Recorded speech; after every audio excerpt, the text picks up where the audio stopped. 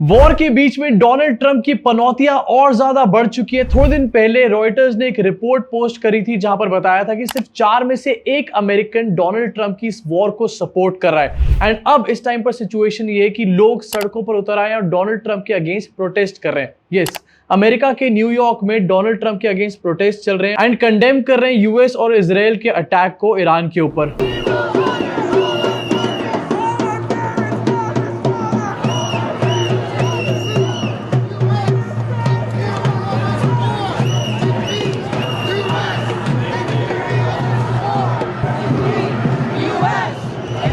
इसका मतलब अमेरिका के लोगों को समझ में आ चुका है कि डोनाल्ड ट्रंप उनको बेवकूफ बना रहे हैं। लेकिन नहीं, इंडिया में बैठे हुए कुछ लोगों को यह बात कभी समझ नहीं आने वाली। उनके हिसाब से डोनाल्ड ट्रंप ही है उनके छठे पापा। और ऐसा भी नहीं प्रोटेस्ट में सिर्फ 50 या फिर 100 लोग यहां पर हैं। आपको क्लियरली नजर आ रहा होगा सैकड़ों लोग इस प्रोटेस्ट में यहां पर हैं और कह रहे हैं कि हैंड्स ऑफ ईरान या फिर stop war against Iran.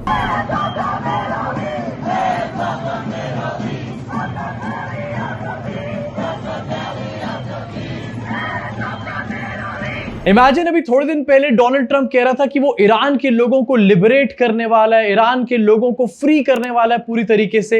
And इसी के बीच में अमेरिका के लोगों ने डोनाल्ड ट्रंप के अगेंस्ट ही मोर्चा खोल दिया।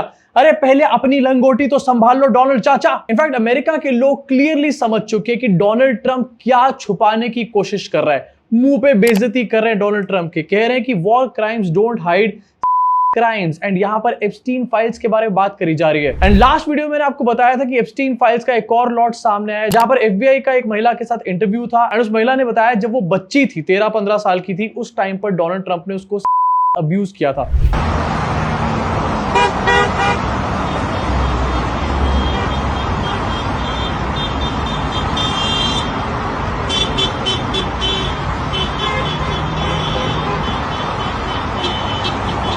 अब ये प्रोटेस्ट सिर्फ अमेरिका के न्यूयॉर्क में नहीं बल्कि अलग अलग पार्ट्स में हो रहे हैं। और सिर्फ अमेरिका में ही नहीं हो रहे हैं, यहाँ पर और देशों में भी पनौती लग रही है डोनाल्ड ट्रंप की। आपकी स्क्रीन के ऊपर यूके का एक वीडियो है जहां पर लोग प्रोटेस्ट कर रहे हैं अमेरिका के अगेंस्ट एंड कॉल आउट कर रहे हैं डोनाल्ड ट्रंप को ईरान पे अटैक करने के लिए। सोचो, पूरे वर्ल्ड में लोग यहाँ पर डोनाल्ड ट्रंप को कॉल आउट कर रहे हैं और कुछ लोग ऐसे हैं जो डोनाल्ड ट्रंप के आगे सरेंडर कर चुके हैं। मैं नाम नहीं ले रहा भैया किसी का भी।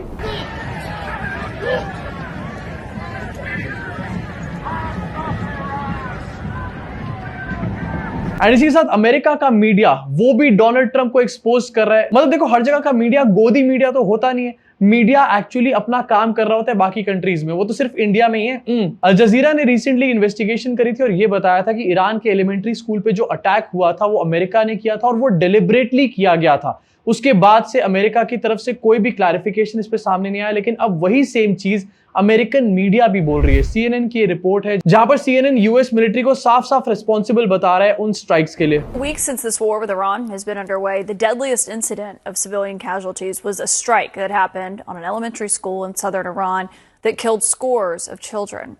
Tonight, a CNN analysis of that attack reveals evidence suggesting that the United States military was likely responsible for it. CNN evidences के साथ कह रहा है कि यूएस मिलिट्री ही रिस्पांसिबल थी उस एलिमेंट्री स्कूल के अटैक के लिए। एंड ये अभी तक का सबसे बड़ा सिविलियन अटैक है इस पूरी वॉर के अंदर। इनफैक्ट रॉयटर्स ने भी यहां पर एक्सपोज किया है the primary school targeted in the attacks bomb twice 40 minutes apart in Iran. मतलब जिस एलिमेंट्री स्कूल पे अटैक किया अमेरिका ने, उस पे एक नहीं 2 बार अटैक किया गया था। छोटी छोटी बच्चियां इस अटैक में मरी हैं। एंड माफ करना, डोनाल्ड ट्रंप कुछ भी हो सकता है लेकिन महिलाओं का मसीहा तो यहां पर कहीं से भी नहीं हो सकता। एक तरफ एप्स्टीन फाइल्स में 14-14 साल की बच्चियों को सेक्सुअली अब्यूज किया, दूसरी तरफ एलिमेंट्री स्कूल में छोटी छोटी बच्चियों को मारने का वॉर क्राइम कर दिया। इनफैक्ट डोनाल्ड ट्रंप इस पूरे मैटर के ऊपर इतनी चोमू बने की बातें कर रहा है जो भी आपको दिखाने वाला हूं। उससे पहले लेकिन आपको दिखाना चाहता हूं कि इस पूरे मैटर पे न्यूयॉर्क टाइम्स ने भी एक्सपोजे किया है। एंड न्यूयॉर्क टाइम्स तो यहां पर एक मिसाइल का वीडियो लेकर के आया है। New video adds to evidence that US missile likely hit an Iranian school where 175 people,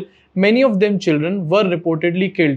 मतलब एक वीडियो है जो मैं आपको दिखाना चाहूंगा जिसमें मिसाइल गिर रही है उस एलिमेंट्री स्कूल के ऊपर। एंड वो मिसाइल यूएस की मिसाइल है जिसका नाम है Tomahawk missile.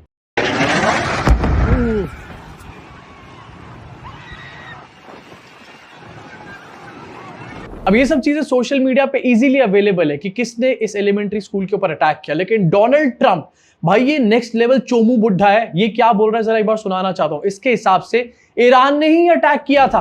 States bomb a girls' elementary school in southern Iran on the first day of the war and kill 175 people. Based on what I've seen, that was done by Iran.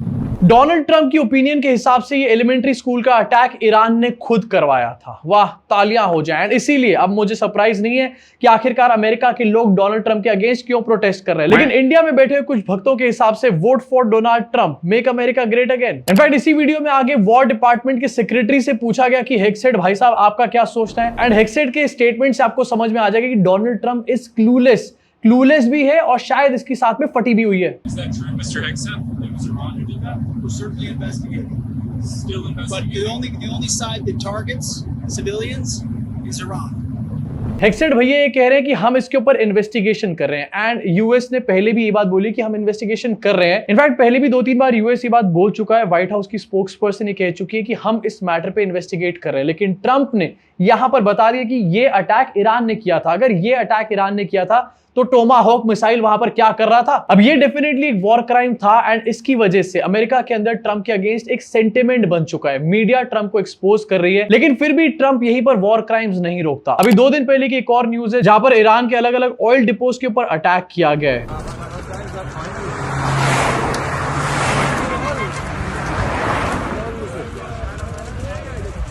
अब ये 4 जगहों पर attack किया गया, कई जगहों पर यहाँ पर कई घंटे तक आग लगी रही, एंड नाली में आप देख पाओगे कि नाली में तक आग लगी हुई है क्योंकि ऑयल बह करके नालियों में आया और वहां पर आग फैलती चली गई। मतलब टारगेट तो यहाँ पर ऑयल डिपोज को किया गया, लेकिन वॉर क्राइम यहाँ पर कैसे किया जा रहा है अभी आपको दिखाता हूँ। सबसे पहले जिन ऑयल डिपोज पे अटैक हुआ है उसके आसपास एक टॉक्सिक रेन इस टाइम पर हो रही है। 4 ऑयल फैसिलिटीज थी, एक नॉर्थ ईस्ट तेहरान में, एक साउथ तेहरान में, एक वेस्ट तेहरान में और एक करज में ऑयल डिपो था। इन चारों के आसपास इस टाइम पर टॉक्सिक रेन्स हो रही है। अब क्योंकि ऑयल डिपोज के ऊपर अटैक किया गया तो बहुत सारे टॉक्सिक केमिकल्स यहां से निकले। इन केमिकल्स में से हाइड्रोकार्बन, सल्फर, नाइट्रोजन ऑक्साइड जैसे हार्मफुल कंपाउंड शामिल है। रेजिडेंट्स को घर के अंदर रहने के लिए कहा गया है, इनफैक्ट मास्क पहनने के लिए कहा गया है, एंड साथ में नमक वाले पानी के गार्गल्स करने की एडवाइस दी गई है ईरान के अथॉरिटीज के द्वारा। अब आप खुद सोचो कि एक टॉक्सिक रेन कराई गई है, क्या अमेरिका को यह बात पता नहीं थी कि ऐसा होगा ऑयल डिपो पे अटैक करने के बाद? एंड अगर सोच समझ के अटैक किया गया तो एक तरीके से ये भी एक वॉर क्राइम ही है कि लोगों के ऊपर टॉक्सिक रेन कराई जाए एंड सिविलियंस को मारा जाए। इस टाइम पर डोनाल्ड ट्रंप पूरी तरीके से बौखलाया हुआ है क्योंकि भैया एप्स्टीन फाइल्स को तो छुपाना है कहीं से। अब इतने सारे वॉर क्राइम्स हो रहे हैं, पूरी दुनिया इस टाइम पर आग में जल रही है। कहीं पर तेल महंगा हो गया, कहीं पर गैस महंगी हो गई है, और कहा तो ये जा रहा है कि और कमोडिटीज भी शायद महंगी होने वाली है क्योंकि स्ट्रेट ऑफ हॉर्मुज बंद हुआ इस टाइम पर। एंड इसके बीच में डोनाल्ड ट्रंप क्या कर रहा है? डोनाल्ड ट्रंप गोल्फ खेल रहा है भाई साहब। डोनाल्ड ट्रंप का वीडियो सोशल मीडिया पे और भी ज्यादा वायरल हो रहा है जहां पर डोनाल्ड ट्रंप इस पूरी सिचुएशन में गोल्फ खेलता हुआ नजर आ रहा है, एंड सोशल मीडिया पे अमेरिकंस डोनाल्ड ट्रंप को भर भर के गाली दे रहे हैं। इमेजिन करो कितना अकल से पैदल है यहाँ पर डोनाल्ड ट्रंप, इतने वॉर क्राइम्स करके ऐसी हरकतें करके ये गोल्फ खेल रहा है। एंड उसी के साथ ये भी इमेजिन करो कि इस बंदे के सामने भी कुछ लोग यहाँ पर सरेंडर हो जाते हैं। अब जहां पर सरेंडर होने वाले लोगों का तो नाम आपको अच्छे तरीके से पता है। ये डोनाल्ड ट्रंप की मुसीबतें और ज्यादा इसलिए भी बढ़ रही हैं क्योंकि और कंट्रीज इस टाइम पर ईरान का साथ दे रही है एंड अमेरिका को कॉल आउट कर रही हैं। रशिया ने तो क्लियरली कह दिया था कि वो ईरान को इंटेलिजेंस प्रोवाइड करा रहा है और वो न्यूट्रल नहीं है इस वॉर के अंदर। इनफैक्ट चाइना, स्पेन ये भी अपना क्लियरली सपोर्ट दे चुके हैं। लेकिन इसी के बीच में स्विट्जरलैंड जो कि न्यूट्रल रहता था, पिछले 200 सालों से न्यूट्रल था, वो भी क्या कह रहा है आपको दिखाना चाहता हूं। Switzerland says US Israel attack on Iran is a violation of international law. जो कंट्री अपनी न्यूट्रलिटी के लिए जानी जाती है इतने सालों से, वो भी कह रही है कि ये एक इंटरनेशनल वॉर क्राइम है जो इस टाइम पर अमेरिका और इजराइल कर रहे हैं। इसी के बीच में डोनाल्ड ट्रंप की मुसीबतें यहां पर खत्म नहीं हो रही, मुसीबतें अभी और ज्यादा बढ़ चुकी है। ईरान में नए सुप्रीम लीडर की यहां पर अनाउंसमेंट हो चुकी है और ईरान के नए सुप्रीम लीडर हैं मोज्तबा खामेनी, जो कि एक्चुअली में आयतुल्ला अली खामेनी के बेटे हैं। एंड मोज्तबा खामेनी के सुप्रीम लीडर बनने के बाद से आपको दिखाना चाहता हूं ईरान में एक सेलिब्रेशन चल रही है। Hi everyone, I'm here live from the streets of Tehran. It's 3 a.m. right now and people have just heard of the news of the new supreme leader being elected. And I'm just going to show you the views from the streets of Tehran. Make sure to send this to Trump and his dirty, filthy media. So this is just a normal random street from Tehran. I'm not making this up. It's 8th March, 3 a.m. in the morning. People are out here and you can look at the crowd here. Absolutely. रात के 3:30 बजे इस level का celebration Tehran की सड़कों पे दिख रहा है।